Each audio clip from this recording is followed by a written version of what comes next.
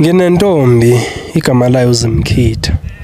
Hey, yangihlukumeza le ngane. Yangenzela amanyala ayikancane. Ngangimthanda kumntana abantu. Ngikutshela ngelobhoni mina. Pakishile umntana khona. Usho ngefika Nkosi yami flat tummy, amabele akhombe phambili ungasho uthi tshitshi kanti lutho. Umuntu ekudala wayenza imikhuba. Ubebuhlaba ke nokubuhlaba Nkosi yami. Sengikhuluma ngamanzi amponjwana.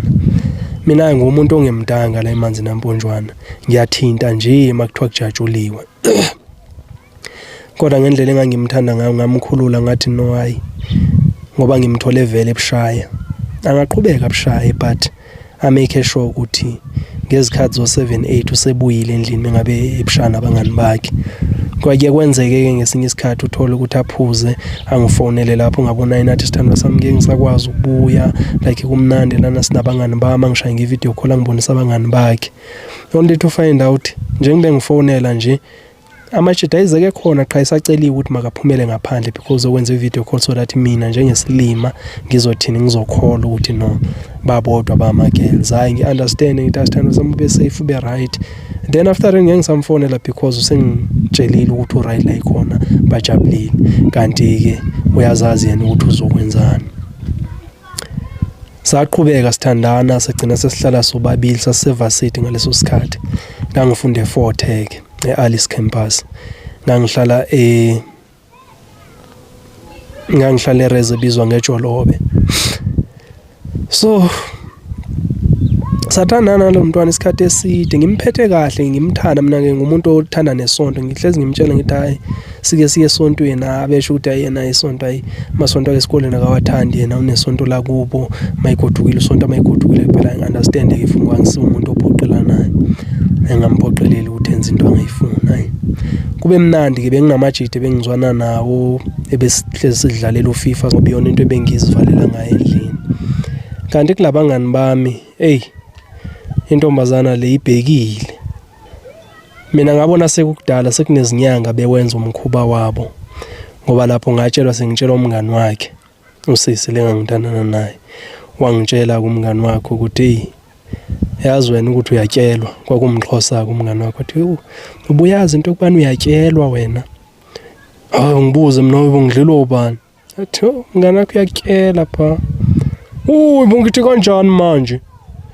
Wangitshontshela kama-screenshots la bexoxa khona benomngani wami ugirl lo wangitshontshela wabeswangisendela naye ke wayengifuna kwasho ukuthi mina ngisewumuntu owenza izinto ezidoji ngabe ngingena interest kuye yabo.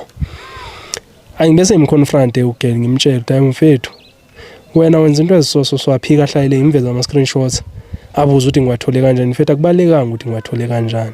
Why wenza so ekubeni wazi kahle ukuthi mina ngiyakuthanda. Hayi mina akhale lapha ngimbambe ngimthulisa ngimxole nti mfethu ziyeke lezi zinto zenzayo la ngiyakuthanda mfethu ngibona umfazi kumina. Axolise ke nangempela then sidlule kuleyo nto leyo. Ngibese ngimiyeke lo mngani lo like ngizisuse kulamajide engangizwana nawe. Ngiphinde kube khona umngane engibani nayo yibo bona ngababamba oqotsheni ke because ngathi ngave ngayeka ukuhlala naye because wayihlala endlini yami. Ngayeka ukuhlala naye wazirentela indlu yakhe. So ngathi ngiyombheka bengingamtshelanga wangangumuntu wayimtshela mangizwe ukuthi mfethu ngiyeza lapho ngicela ungilindele yabo wangithanda ukuthi ngivane ngiqhamukise ngithi iqemntweni because wonke umuntu unezinto zakhe yabo.